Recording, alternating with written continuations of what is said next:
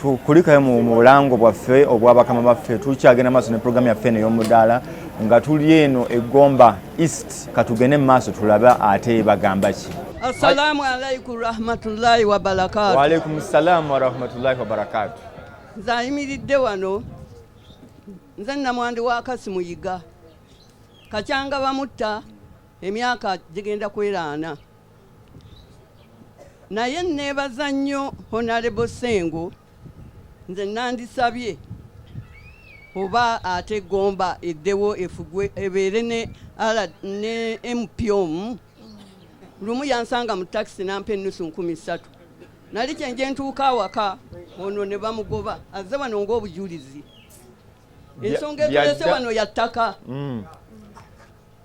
kati twalirizinga ettaka eryo ng'ono ali mu lubuto mu 1978 naye ekyewuunyisa kyenva nebaza Sengo sente ezo naziwono n'agenda akola ebibuuzo yali mu S4 ezo zemuwulira 10,000 n'ayitiramu era kaakati azze okuyimirira ano ku lwabanne senga yazirya oba oliawo nandibadde siri naye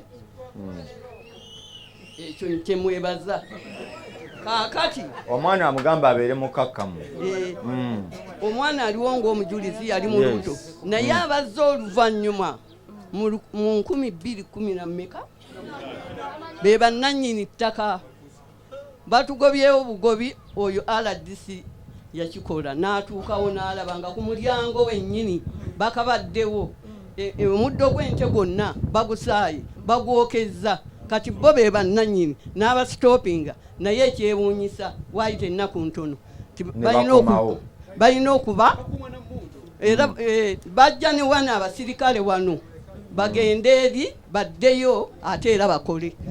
Okay. Wegamba mbufunze. Assalamu alaikum wa rahmatullahi. Amanyago nza amanya nze Muwonge Juma.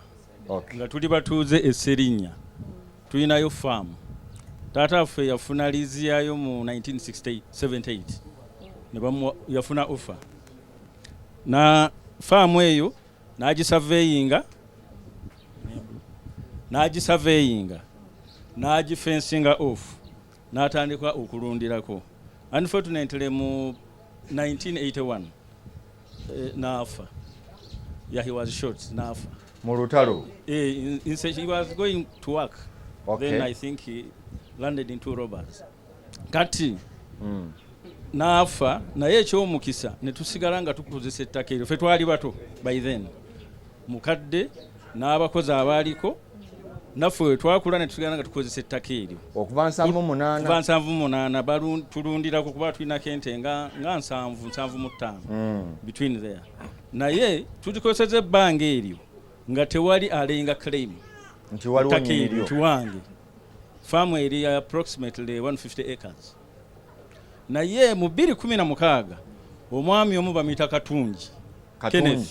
Kenneth Katungi najja ng'aleyinga claim ku ttaka eryo nti yayinawo ekyapa yafunyewo liizi ne tumugamba wafunyewo otya tayito ng'ate kuliko abaliko ng'ate naffe twali twakitekayo the application n'ayagala okukozesa force initially so ne tusuwinga mu court for cancellation of that title naye court process ekyagenda mu maaso initially twafuna court order yabajja nako era baali bazze ne force ne biwummula court process egenda mu maaso they are yet to give us a date to fix a date for main hearing the case naye recently mu August nga gwako exactly 27th August Katungi August last year this year we are not yet no April this year Katungi yajja n'ekibinja ky'abantu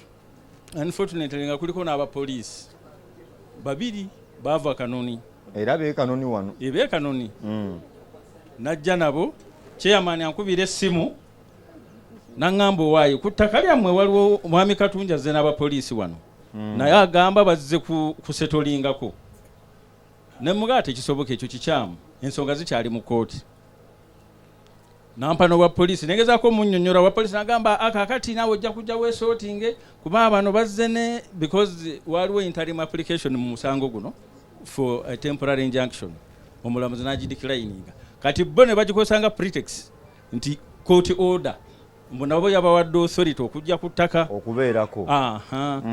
ne interpretation wa poliisi namunnyonnyola gye yatwala n'alemerako ne balijjako ne bazimbako ennyumba mu nnaku 2 ne bagisereka.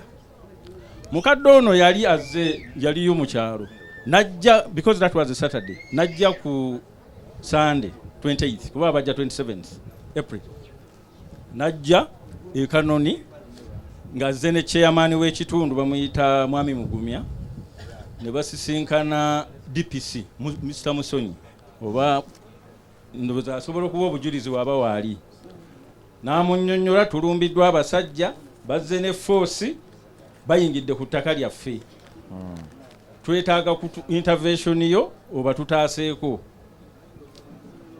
DPC n'amugamba sina kyenyinza kukola sisobola bagaana era ne basigala mu maaso nga bakola bye bakola basaaye faamu bookyezza omuddo gw'ente kati ente tekyalina na muddo gwe zirya n'enzirayo on 60th mu May n'ensisinkana Mr. Musonyi actually teyaliiwo yali Bukandula ne Mulinda DPC najja Musoni OC station Mr. Birungi ne OCCID yerinnya teryaliko teyalina tag nemba nnyonnyola ensonga nange atwalumbibwa era ne mukadde yajja n'ayogera naawe ku nsonga eyo naye wamugaa tolina kyoyinza kukola ne mulaga ne lease offer form yaffe ne mulaga nti n'ensonga ziri mu kooti ne muwa ne fact nti emyaka 42 gye tumaze ku ttaka eryo we are bona fide occupants you just can't come and wish us away.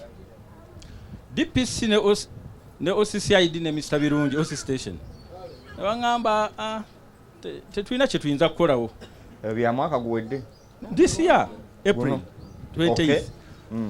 Mr. Birungi nanake yaŋŋamba nenvawo ng'omutima gungize naŋŋamba ne mugaba abasajja bazimba nti ettaka terisenguka baleke oba bazimba kalina olibeera omutuufu oligijjako ne basigala nga beegazanyiza ku ttaka ne batuwa nezi eviction gundi vabbo bagende wa chairman ne bamugamba abo aba family ya Kasimu tubawadde ennaku 5 bave ku ttaka ne tujja ne twekubira enduulu ewa RDC ne tuwogera naye ne tumubulira ensonga ono yenyini gwendi naye wano n'akwasaganya obudde I think after 2 days that was 14th 12th n'akwasaganya DPC ne bajja ku locus Serinya kirimu Kakubansiri ne bami abatuuze n'abataka ne ba chairman ne bawa views abwe mukadde yaliyo saaliyo naye ne RDC yaliyo nga unanimous decision eri nti okuba ano yali alenga claim nti he's been a resident there since 2008 that was his argument.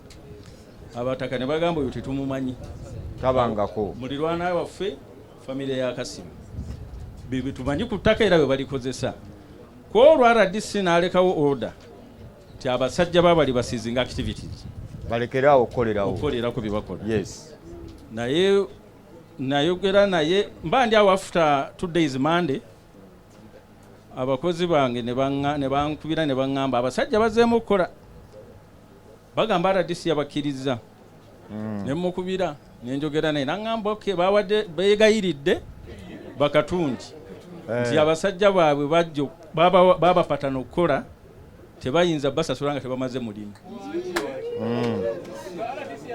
ne babakkiriza okukola ne reluctant nekikiriza naye kyanyiga ne muga abasajja abo namugamba bo bakutwikinga baagala kukozesa lukwesukwesu era kati kye bali eyo beegazaanya naye kye tusaba kati RDC mugambe osaba akole ki era ntero kimusaba ne kino namusabye intervention those abasajja katungi ne banne basizinga activities zonna ku ttaka eryo kuba they are imposing themselves mu Land Act kyenkimanyiiko ne woba ne title ku ttaka let's assume nti title yabwe gyeri ne woba ne title ku ttaka nga kuli kaali baddeko for more than 12 years especially before enactment of the constitution